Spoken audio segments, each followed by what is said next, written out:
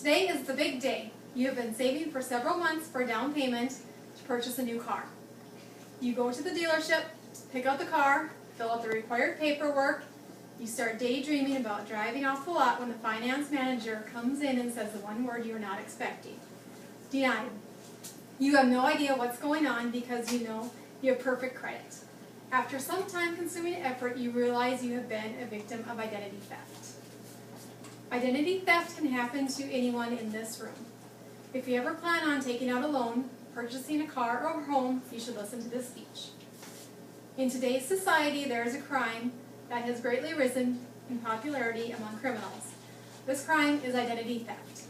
Hundreds of thousands of people have their identities stolen each year. Identity theft is a serious crime and occurs when someone uses your personal information such as your name, social security number, credit card information, driver's license number, and other identifying information without your permission. Most of the time, this stolen information is used to obtain credit, merchandise, or services in another name of the victim. According to the Federal Trade Commission, over 1.1 million people were the victim of identity theft. Although you may try your best to protect your personal information, the theft will gain access to it if they want. An ID theft can get your information hundreds of ways. The goal of most identity theft scams is to access your credit card or bank information. If you keep that in mind at all times, it can help you remain more conscious about protecting your information. Some of the ways that criminals use to steal your identity are the internet. With so many people having access to the internet, online phishing has become very popular. Identity thefts occur when you receive emails from people posing as legitimate companies asking for your contact or credit card information. Some will directly ask you to send them a check. Personal records. ID thieves can hack your records through a computer, pay off company employees to gain access to your records, or even steal the records directly from a company. Mail. ID thieves can easily steal your mail, including bank and credit card statements, credit card offers, checks, tax information, and more. They will even steal the mail you leave for the postman if your mailbox isn't secure. They may fill out a change of address form in your name and send it back so they receive your mail, therefore preventing you from seeing the bill they are starting to run up. ATMs. ID thieves can capture your ATM credit information using a technique called skimming. They get your information by attaching a data storage device to an ATM machine and your information when you swipe your card. Or people will look over your shoulder when you use your credit cards or the ATM. Theft. ID thieves may steal your purse, wallet, and financial information from your house. They will then use your credit cards, ATM cards, checks, and any other personal information they find for their own financial gain. Another way your information can be obtained is when a dishonest employee snatches your personal information where you least expect it, and this can happen anywhere, but some examples are the physician's office, attorney or accountant's office, health insurance carriers, stores where you shop or apply for credit cards, and restaurants. When you are at restaurants, you should try to watch when the waiter or waitress takes your card because of skimming. Skimming is when a sales clerk swipes your card through a machine designated to record your information. This machine is not the same as the machine that the clerk will run in through to process your charge. And once an identity theft has your information, they are then able to use it or sell it to other people. All of these things can be done without you having any knowledge that your money is being stolen and your credit rating is on a downhill slide. If you ever had your identity stolen, you know it can take months or even years to clean up the mess. So here are some ways to minimize your chances of becoming a victim. Don't give out your social security number unnecessarily. Only give it for tax reasons, credit, or verified employment. Before providing personal information, know how it will be used and if it will be shared. Use a shredder to dispose of documents with personal information, including pre-approvals for credit cards received in the mail. Criminals can retrieve these and activate the card.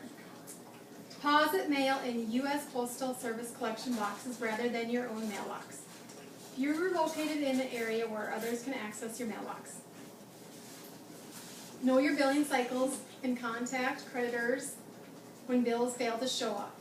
Review bank and credit card statements carefully. Don't leave receipts at ATMs, on counters, at financial information, trash cans, or gasoline pumps. When internet shopping, make sure the company is reputable and displays an approved security symbol. Log out of the site when finished. Never use a debit card or check card when shopping online. Password protect your financial accounts. Strong passwords should be more than 8 characters in length and contain both capital letters and at least one numeric and non-alphabetical character. Don't give out personal information on the phone, through the mail, or over the internet unless you initiated the contact. Use firewall software to protect computer information. Keep virus and spyware software programs updated. Reduce the number of pre-approved credit cards offers you receive. You can choose to remove your name from the mailing list for 5 years or permanently. Order your free annual credit reports. If you find anything that should not be on the report, you should call or write the creditor and inquire about the report. There are times when the creditor makes a mistake, but if you see accounts you are unaware of or outrageous charges, you should start closing accounts and informing the proper people. You may also freeze your credit report. Placing a freeze on your credit report will prevent lenders and others from accessing your credit report entirely, which will prevent them from extending credit. Now that I have spoken to you about identity theft, how identity theft happens, and ways to minimize your chances of becoming a victim, I will now talk about steps to take if you do become a victim. One of the first things you should do is file a fraud alert with one of the 3 national credit bureaus.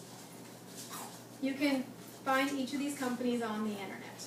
Once you receive your credit report, it is important to review correct information. Tell them you have become a victim of identity theft and ask them to place an alert on your account. Close all accounts that you did not open and any account you think may have been tampered with.